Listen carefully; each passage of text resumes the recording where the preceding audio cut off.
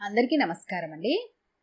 ఈరోజు మనం ఇంద్రగంటి నరసింహమూర్తి గారు రచించిన ఇచ్చుటలో ఉన్న హాయి అనే ఓ చక్కటి కథను విందాం. ఇక కథలోకి వెళ్దాం. లోభి సంపాదన ధ్యేయంగా జీవనం సాగిస్తాడు. సంపాదించిన సంపద కాపాడుకోవటంలో నిత్యం నిమగ్నమవుతాడు. ధనమే పావనమని భావిస్తూ స్నేహితులను దూరం చేసుకుంటాడు. లోభ మోహాలు అజ్ఞానంలో అంతర్భాగాలు. అందుకే లోభాన్ని వదలాలి. శివాలయంలో మైకులో వస్తున్న ప్రవచనం వింటూ ప్రదక్షిణ పూర్తి చేసింది సావిత్రి. దైవదర్శనం చేసుకుని ఆలయ ప్రాంగణంలో కూర్చున్న సావిత్రికి కొడుకు అనురాగ్ లోభత్వం గురించిన చింత మనసుని తాకింది. డబ్బున్నా ఖర్చు పెట్టడానికి వాడికి మనసొప్పదు. ఖర్చులు పెరుగుతాయని ఇంటికి ఎవ్వరిని ఆహ్వానించడు. నెల ఖర్చు ఏమాత్రం పెరిగినా కోపంతో చిందులు తొక్కుతాడు. కనీస అవసరాలు కూడా వాడు అనవసరం అనుకుంటూ ఉంటాడు. వాడి మనసు మార్చు పరమేశ్వరా అంటూ భగవంతుడికి మొక్కుకొని లేచింది సావిత్రి. ఎల్లుండి మా చెల్లెలి కూతురి పెళ్లి కదా, రేపు రాత్రికే మనం వెళ్ళాలి. నీ చెల్లికి గిఫ్ట్ ఏమిద్దామనుకుంటున్నావు? రాత్రి డిన్నర్ చేస్తూ అడిగింది సావిత్రి. ఓ 200 రూపాయలు కవర్లో పెట్టిద్దాం అని చెప్పాడు పుత్రరత్నం. సిగ్గు లేకపోతే సరి, నెలకు 1,00,000 రూపాయలు సంపాదిస్తున్నావు. చెల్లి పెళ్లికి 200 ఇస్తావా? 10,000 పెట్టి వెండి వస్తువు పట్టుకురా అంటూ హుకుం జారీ చేసింది సావిత్రి. వాడి గురించి తెలిసిందేగా. వాడి ఆఫీస్లోనే వాడిని పిసినగొట్టు అనురాగ్ అంటారు. డబ్బు ఖర్చు పెట్టాలంటే వాడికి మనసు రాదు. రేపు నేను తెస్తాలే అన్నాడు ముకుందరావు అనురాగ్ తండ్రి. అనవసరంగా ఖర్చు పెట్టడం నాకిష్టం ఉండదు. డబ్బులు ఊరికే రావు అంటూ డైనింగ్ టేబుల్ ముందు నుంచి లేచాడు అనురాగ్. పెళ్లితంతు శాస్త్రీయంగా జరుగుతోంది. ఒక అమ్మాయి హుషారుగా తిరుగుతూ బంధువులను పలకరిస్తూ మర్యాదలు చేయటం గమనించింది సావిత్రి. అమ్మాయి కుందనపు బొమ్మలా ఉంది. మన వాడికి సరిజోడవుతుంది. ఆ అమ్మాయి తల్లిదండ్రుల్ని పరిచయం చేసుకోండి అంటూ భర్తతో చెప్పింది సావిత్రి. ఆ అమ్మాయి మీద చాలా మంది కళ్ళున్నాయి. మన అనురాగ్నే వెళ్లి ఆ అమ్మాయిని పరిచయం చేసుకోమందాము అంటూ దూరంగా ఎవరితోనో మాట్లాడుతున్న అనురాగ్ని పిలిచి విషయం చెప్పాడు ముకుందరావు. ఆ అమ్మాయి అందంగా ఉంది. కాని ఆ డాబు దర్పం చూస్తుంటే ఖర్చు మనిషిలా అనిపిస్తోంది. అందుకే ఆలోచిస్తున్నాను. మీరే ఆ అమ్మాయి తల్లిదండ్రులతో మాట్లాడండి. నా పొదుపు సూత్రాలు తెలియచేయండి. వాళ్లకు నచ్చితేనే ముందుకెళదాం. అమ్మాయి అందంగా చలాకీగా ఉండటంతో పాటు డబ్బు విలువ తెలుసుకోవాలి అంటూ చెప్పాడు అనురాగ్. 6 డజను పెళ్లి చూపులైనా నీ పొదుపు సూత్రాలు నచ్చక ఎవరూ నీ చేత తాళి కట్టించుకోవటానికి సిద్ధపడలేదు. ఏం చేస్తాం? నీ కండిషన్స్ చెబుతాను. వాళ్ళు ఒప్పుకుంటే నువ్వు అదృష్టవంతుడివి అంటూ రంగంలోకి దిగాడు ముకుందరావు, అనురాగ్ తండ్రి. అరగంటలో తండ్రి ప్రైవేట్ స్కూల్లో టీచరు. అమ్మాయి పేరు వందన. ఎంటెక్ చేసి నెలకు 1,00,000 రూపాయలు సంపాదిస్తోంది. తండ్రి పెళ్లి కొడుకుల వేటలో ఉన్నాడు అని చెప్పాడు ముకుందరావు. శుభస్య శీఘ్రం. ఇప్పుడే వెళ్లి మన అనురాగ్ గురించి చెప్పండి చెప్పింది సావిత్రి. వెంటనే కదిలాడు ముకుందరావు. వందన తండ్రి సత్యమూర్తికి విష్ చేశాడు. పరిచయం చేసుకున్నాడు. తన కుటుంబ వివరాలు తెలియజేశాడు. వందన వివరాలు తెలుసుకున్నాడు. అనురాగ్ బయోడేటా సత్యమూర్తి సెల్కు వాట్సాప్ చేశాడు. మీరు మా గురించి ఎంక్వైరీ చేసుకోండి, నచ్చితే పెళ్లి చూపులకి ఏర్పాటు చేయండి అన్నాడు చివరగా. మిమ్మల్ని కలుసుకోవటం ఆనందంగా ఉంది. అమ్మాయితో మాట్లాడి ఫోన్ చేస్తాను చెప్పాడు సత్యమూర్తి. అనురాగ్లో లోభత్వాన్ని మాత్రం బయట పెట్టలేదు. అమ్మాయితో మాట్లాడాను. నీ గురించి చెప్పాను. ఖర్చుల విషయంలో చాలా జాగ్రత్తగా ఉండాలని చెప్పాను. తను కూడా పొదుపరట అంటూ కొడుకు దగ్గర అబద్ధం చెప్పాడు ముకుందరావు. వివాహ విషయంలో అబద్ధం చెప్పినా తప్పులేదని సరిపెట్టుకున్నాడు. వారం తర్వాత పెళ్లిచూపుల ముహూర్తం ఫిక్స్ అయింది. అమ్మాయి జీతం గురించి ఖర్చుల గురించి ఎక్కువ వాగకు. నీ పిసినుగొట్టు పాఠాలు చెప్పి అమ్మాయిని బెదరగొట్టకు అంటూ పెళ్లిచూపులకు బయలుదేరుతుండగా కొడుకుతో చెప్పాడు ముకుందరావు. సత్యమూర్తి పెళ్లివారిని సాదరంగా ఆహ్వానించాడు. అబ్బాయి అమ్మాయి ఇష్టపడితే మాకు ఓకే అన్నాడు ముకుందరావు స్వీటు కొరుకుతూ. అనురాగ్ వందనతో మాట్లాడాలి అన్నాడు. డాబా మీద కుర్చీలున్నాయి, వెళ్లి స్వేచ్ఛగా మాట్లాడుకోండి అన్నాడు సత్యమూర్తి. అనురాగ్ లేస్తూ ఉండగా, నాన్న చెప్పిన విషయం గుర్తుపెట్టుకో అంటూ చెవిలో చెప్పింది సావిత్రి. అమ్మాయి అబ్బాయి డాబా మీదకు చేరుకున్నారు. ఒకరినొకరు పరిచయం చేసుకున్నారు. అభిరుచులు తెలుసుకున్నారు. నేను నెలకు 1,00,000 సంపాదిస్తున్నాను. నీ మంత్లీ పే కూడా అంతే. నేను అనవసర ఖర్చులకు వ్యతిరేకం. నీ జీతం నీ ఇష్టం వచ్చినట్లుగా ఖర్చు పెట్టకూడదు. నీ జీతం మొత్తం పొదుపు చేయాలి. జల్సాలకు నేను చాలా దూరం. నువ్వు ఈ కండిషన్కి అంగీకరిస్తే మన పెళ్లి జరుగుతుంది. నిష్కర్షగా చెప్పేశాడు అనురాగ్. క్షణం ఆలోచించి ఎస్ అంది వందన నవ్వుతూ. ఆశ్చర్యపోయాడు అనురాగ్. తన కండిషన్కు వందన ఒప్పుకోవటంతో ఆమె అందం రెట్టింపైనట్లుగా అనిపించి, నాకు నువ్వు నచ్చావు అన్నాడు ఆనందంగా. నాది ఒక కండిషన్ అంది వందన. చిన్న కండిషన్. మన ఇంటి విషయాల్లో నేను చెప్పినట్టుగా వినాలి. నవ్వుతూ చెప్పింది వందన. క్షణం కూడా ఆలోచించకుండా ఎస్ అనేశాడు అనురాగ్. పెద్దల మధ్య, యువతీ యువకుల మధ్య ఒప్పందాలు జరిగిపోయాయి. పెళ్లి భాజాలు మోగాయి. వందన మామగారి అపార్ట్మెంట్లో అడుగుపెట్టింది. ఇల్లంతా బోసిపోయినట్టుగా కనిపించింది. గోడలకు పెయింట్స్ వేసి 10 ఏళ్లవుతుంది. మాసిపోయిన గోడలున్న హాల్లో దిష్టిబొమ్మల పాత డొక్కు టీవీ కనబడింది. సోఫాలు కాని ఫర్నిచర్ కాని లేని హాలు వెలవలబోతున్నట్లుగా ఉంది. వంటింట్లో ఆధునిక సౌకర్యాలు కూడా లేకపోవటం గమనించింది. అత్తగారి మెడ బోసిగా ఉంది. మంగళసూత్రం తప్ప మరో నగలేదు. అనురాగ్ చెల్లెలు ఇంటర్ చదువుతోంది. నాసిరకం బట్టలు కట్టుకుంటోంది. అమ్మో, చాలా సంస్కరించాలి అనుకుంటూ నడుం బిగించింది. అత్తగారిని కదిపింది.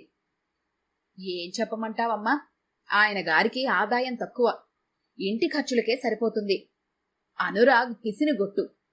ఏది కొనమన్నా దుబారా అంటాడు. అందుకే ఇల్లు ఇలా ఉంది చెప్పింది సావిత్రి. 2 రోజుల తర్వాత అనురాగ్తో ఆలయానికి వెళ్ళింది వందన. దైవదర్శనం చేసుకుని ఆలయం బయటకొచ్చి అక్కడ ఉన్న యాచకుడికి 100 రూపాయలిచ్చింది. అమ్మో, అంత డబ్బే? 2 రూపాయలు చాలు. ఇలా అయితే మునిగిపోతాం కోపంగా అన్నాడు అనురాగ్. మీరు నేను సంపాదిస్తున్నాం. మనం కాకపోతే ఎవరు వీళ్ళని ఆదుకుంటారు? నేను ప్రతి నెల 10,000 వృద్ధాశ్రమానికి ఇస్తాను. మీరు కూడా దానధర్మాలకు కొంత సొమ్ము వినియోగించండి. మన అవసరాలు తీర్చుకుంటూనే ఇవన్నీ చెయ్యొచ్చు అని చెప్పింది వందన. నాకు ఇవన్నీ నచ్చవు. ఖర్చులు తగ్గించుకొని పొదుపు చేస్తే బ్యాంక్లో దాచిన డబ్బుపై వడ్డీ వస్తుంది. మన డబ్బు పెరుగుతుంటే ఎంత ఆనందమో అనుభవిస్తే తెలుస్తుంది అంటూ నొక్కి చెప్పాడు అనురాగ్. నాకు డబ్బు విలువ తెలుసు అనురాగ్. మన సంపాదనలో ఫ్యూచర్కు కొంత డబ్బు పొదుపు చేద్దాం. కొంత దాన ధర్మాలకు వినియోగిద్దాం. ఇచ్చుటలో ఉన్న హాయి మరింత బావుంటుంది. పూర్వ జన్మలో ఏదో పుణ్యం చేయబట్టి ఈ జన్మలో ఈ మాత్రం సంపాదించగలుగుతున్నాము. ఈ జన్మలో చేసిన పుణ్యం మరుజన్మకు పనికొస్తుంది అంటూ హితువు చెప్పింది వందన. అనురాగ్ ఆలోచనలో పడ్డాడు. అయినా భార్యను కట్టడి చెయ్యాలి అనుకున్నాడు. 2 రోజుల తర్వాత పెయింటర్స్ కి గోడలకి ఏ రంగు పెయింట్ వెయ్యాలో చెబుతున్న వందనను చూస్తూ, 1,00,000 రూపాయలతో పెయింట్స్ ఎందుకు? వృధా ఖర్చు. నేనొప్పుకోను. నువ్వు నాకిచ్చిన మాట తప్పకూడదు గట్టిగా అన్నాడు అనురాగ్. నేనిచ్చిన మాట తప్పలేదే. ఇది అవసరమైన ఖర్చు. కాదంటే అత్తగారిని అడగండి జవాబిచ్చింది వందన. ఇంటికి పెయింట్స్ వేసుకోవడం వృధా ఖర్చేమిట్రా అబ్బాయి? కోడల మాట కరెక్టే చెప్పింది అత్తగారు. ఆ రోజు ఆఫీస్లో కూర్చున్న అనురాగ్కు చిరాగ్గా ఉంది. భార్య అనవసరంగా 1,00,000 రూపాయలు ఖర్చు పెట్టడం తలుచుకుంటుంటే మనసులో మంట రేగుతోంది. ఇంటికి వెళ్ళాక వందనకు డబ్బు విలువ వివరించాలి అనుకుంటూ పనిలో పడ్డాడు. సాయంత్రం ఆఫీస్ నుండొచ్చిన అనురాగ్ హాల్లో 2 వైపులా 2 పెద్ద సోఫాలు, గోడకొక వైపు స్మార్ట్ టీవీ, మరోవైపు ఏసీ, సరికొత్త రంగులతో దగదగలాడుతున్న గోడలు చూస్తూ కళ్ళు తిరిగి సోఫాలో కూలబడ్డాడు. చూసావా కోడలి మహిమ? మన ఇంటిని ఎలా మార్చిందో చూడు. ఇక మీదట నేను నాన్నగారు చక్కగా టీవీ చూస్తూ ఎంజాయ్ చేయగలం. అంతేకాదురోయ్, వంటిల్లు ఆధునికంగా మార్చటానికి ప్లాన్ చేస్తోంది. ఇంటీరియర్ డెకరేటర్తో మాట్లాడటానికి వెళ్ళింది. ఈ నీళ్లు తాగి కాస్త స్థిమితపడు అంటూ మంచినీళ్ల గ్లాస్ అందించింది సావిత్రి. అనురాగ్ బుర్ర బ్లాంక్ అయింది. తల్లి చేతిలో గ్లాస్ అందుకొని గడగడ తాగేశాడు. గుండెల మీద చేత్తో రాసుకున్నాడు. ఏరా, గుండెల్లో మంటగా ఉందా? ఏసీ ఆన్ చేస్తాను, ఎక్కువ ఆలోచించకుండా రెస్ట్ తీసుకో అంటూ తన వైపు కోపంగా చూస్తున్న కొడుక్కి నవ్వుతూ చెప్పి ఏసీ ఆన్ చేసింది సావిత్రి. ఇంతలో వందన వచ్చింది. నువ్వు చెప్పిందేమిటి, చేస్తుందేమిటి? నాకు ఈ ఆర్భాటాలు నచ్చవు, ఇవన్నీ తిరిగిచ్చేయి కోపంగా అరిచాడు అనురాగ్. ఇవేమీ ఆర్భాటాలు కావండి, ఈ రోజుల్లో అవసరాలు. ఇల్లు కలకల్లాడుతూ ఉంటే మనసు ఆనందంగా ఉంటుంది అంటూ వంటగది వైపు వెళ్తున్న భార్యను చూస్తూ తల పట్టుకున్నాడు భర్త. అటు అమ్మ ఇటు నాన్న వందన వైపే ఉండటంతో అనురాగు పళ్ళు కొరకటం తప్ప మరేమీ చెయ్యలేకపోయాడు. వారం తర్వాత సాయంత్రం ఆఫీసు నుండి రాగానే సుపుత్రుడికి వంటిల్లు చూపించింది సావిత్రి. 4 బర్నర్స్ గ్యాస్ స్టవ్, కొత్త గ్రైండర్, మిక్సీ, ఓవెను, కొత్త వార్డ్రోబ్స్, వాటి నిండా వంటకు అవసరమైన ఆధునిక పరికరాలతో న్యూ లుక్ వంటిల్లు చూస్తూ గుండెలు బాదుకున్నాడు అనురాగ్. అంతలోనే నూతనోత్సాహంతో వెలిగిపోతున్న తల్లి ముఖం చూస్తూ ముఖం ముడుచుకున్నాడు. హాల్లో తండ్రి సోఫాలో కూర్చున్నాడు. ఆనందంగా ఉన్నాడు. స్కూల్లో నించొని పాఠాలు చెప్పి ఇంటికొచ్చాక హాయిగా ఈ సోఫాలో రిలాక్స్ అవుతుంటే చాలా హాయిగా ఉందిరా అబ్బాయి అంటున్న తండ్రిని చూస్తూ మౌనంగా ఆలోచించసాగాడు. ఫర్నిచర్తో గదికి నిండుతనం వచ్చినట్టుగా అనిపించింది. వారం తర్వాత అత్తగారికి మంచి చీరలు, ఆడపడుచుకు ఆమెకి నచ్చిన డ్రెస్ మెటీరియల్స్ కొంది వందన. ఆ రోజు ఆఫీస్ నుండి ఆలస్యంగా వచ్చిన వందనను ఆఫీస్లో పని ఎక్కువగా ఉందా అని అడిగింది సావిత్రి. లేదండి, ఆఫీస్ నుండి రోజులాగానే బయలుదేరాను. అనాథ బాలల సంక్షేమ సంఘానికి వెళ్లాను. 10,000 డొనేషన్ ఇచ్చాను. అక్కడి పిల్లలు అక్క అని పిలుస్తారు. వాళ్ళకి స్వీట్లు పంచిరావటంతో ఆలస్యమైంది చెప్పింది వందన. చాలా మంచి పని చేస్తున్నావమ్మా. మళ్ళీ ఈసారి నువ్వు వెళ్లేటప్పుడు మమ్మల్ని కూడా తీసుకెళ్ళు చెప్పింది అత్తగారు. ఉదయం లేస్తూనే ఒళ్ళు నొప్పులు, తలనొప్పిగా ఉంది అన్నాడు ముకుందరావు. దగ్గుతో బాధపడుతున్నాడు. చెయ్యి పట్టుకుని చూసింది వందన. ఒళ్ళు కాలిపోతోంది. నెమ్మదిగా లేచి కాలకృత్యాలు తీర్చుకొని కాఫీ తాగండి, 10 అయ్యాక ఆస్పత్రికి తీసుకెళ్తాను. నేనీరోజు ఆఫీస్కి సెలవు పెడతాను అంటూ మామగారిని లేవదీసింది. అంతలో వచ్చి తండ్రి చెయ్యి పట్టుకుని పరిశీలించాడు అనురాగ్. అబ్బే, ఈ మాత్రం జ్వరానికి డాక్టర్ ఎందుకు? ఆస్పత్రికెళితే టెస్టులంటూ చాలా డబ్బు ఖర్చు పెట్టిస్తారు. అదంతా వృధా ఖర్చు. డోలో మాత్రం వేస్తే తగ్గిపోతుంది. నీ సెలవు వేస్ట్ చేసుకోకు చెప్పాడు అనురాగ్. ఆస్పత్రికి తీసుకెళ్లి ఒకసారి అన్ని టెస్టులు చేయించడం మంచిదే. నేను తీసుకెళ్తాను. చిన్నప్పుడు పిల్లలు అనారోగ్యంతో బాధపడుతుంటే తల్లిదండ్రులు ఎంత ఖర్చైనా మంచి వైద్యం చేయించకుండా ఊరుకోలేరు కదా. అలాగే ఈ వయసులో తల్లిదండ్రుల ఆరోగ్య రక్షణ మన బాధ్యత. ఇలాంటప్పుడు ఖర్చుకు వెనకాడకూడదు. ఆరోగ్యమే మహాభాగ్యం కదా చెప్పింది వందన. భార్య మాటలకు అనురాగ్ సిగ్గుపడ్డాడు. మామగారిని ఆస్పత్రికి తీసుకెళ్ళింది.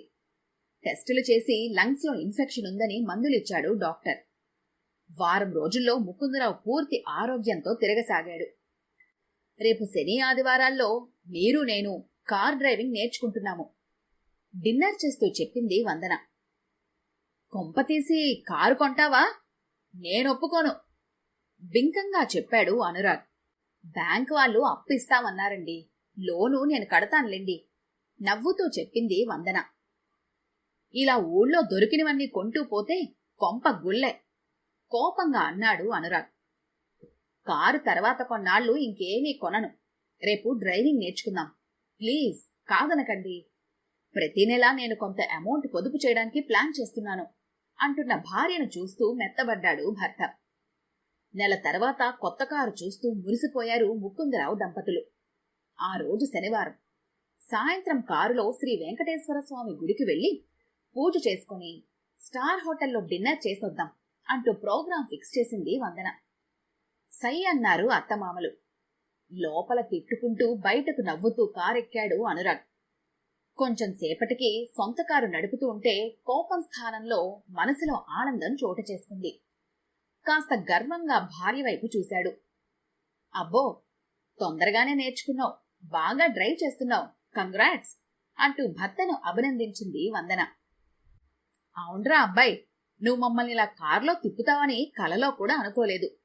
సొంత కారులో తిరుగుతుంటే కలిగే ఆనందం అద్భుతం. నిన్ను చూస్తుంటే మాకు ఎంతో సంతోషంగా ఉంది చెప్పాడు ముకుందరావు. స్టార్ హోటల్లో తృప్తిగా డిన్నర్ చేస్తున్న తల్లిదండ్రులను చూస్తూ మురిసిపోయాడు అనురాగ్. ఏదో తెలియని సంతోషం మనసుని ఆహ్లాదపరుస్తోంది అనుకుంటూ డిన్నర్ పూర్తయ్యాక బిల్లుతో పాటు 100 రూపాయలు టిప్పిస్తున్న కొడుకును చూస్తూ విస్తుపోయారు తల్లిదండ్రులు. ఇంటికొచ్చాక కాసేపు కొత్త సోఫాలో కూర్చొని మైమరిచాడు అనురాగ్. వంటింట్లోకి వెళ్లి అణువణువు పరిశీలించి తల్లికి సౌకర్యవంతమైన వంటగదిని అమర్చిన భార్యకు మనసులోనే థాంక్స్ చెప్పుకున్నాడు. 10 రోజుల తర్వాత సావిత్రి పుట్టినరోజు వృద్ధుల ఆశ్రమానికి అత్తగారి పేర 10,000 విరాళమిచ్చింది వందన. ఆ రోజు కుటుంబ సభ్యులు 4 వృద్ధాశ్రమం చేరుకున్నారు. 4 కలిసి 40 మంది వృద్ధులకు భోజనాలు వడ్డించారు. వారు తృప్తిగా భోజనం చేస్తుంటే ఇచ్చుటలో ఉన్న హాయి అనుభవించాడు అనురాగ్. ఇంటికి రాగానే కోడల్ని హృదయానికి హత్తుకుంది సావిత్రి. ఇన్నాళ్ళు డబ్బు దాచుకోవటంలోనే ఆనందం ఉంది అనుకున్నాను, కానీ కావలసిన సౌకర్యాలు సమకూర్చుకోవడంలో, తల్లిదండ్రుల అవసరాలు గుర్తించడం, అవసరమైతే వారికి సహాయం చేయడంలో నిజమైన ఆనందం ఉందని గ్రహించాను. నా కళ్ళు తెరిపించావు అంటూ రాత్రి బెడ్రూంలో భార్యతో చెప్పాడు అనురాగ్. మర్నాడు తల్లిని షోరూంకి తీసుకెళ్లి నెక్లెస్ కొన్న అనురాగ్ను అభినందించింది వందన. 2 రోజుల తర్వాత భర్తతో గుడికెళ్ళింది వందన. అమ్మవారిని దర్శించుకొని బయటకొచ్చి అక్కడున్న యాచకుడికి 200 ఇస్తున్న భర్తను చూస్తూ మనసులోనే ఆనందించింది వందన. ఈ కథ గనుక మీకు నచ్చినట్లయితే లైక్ చేయండి, షేర్ చేయండి. మరిన్ని ఇంట్రెస్టింగ్ కథల కోసం మా ఛానల్ని తప్పకుండా సబ్స్క్రైబ్ చేసుకోండి.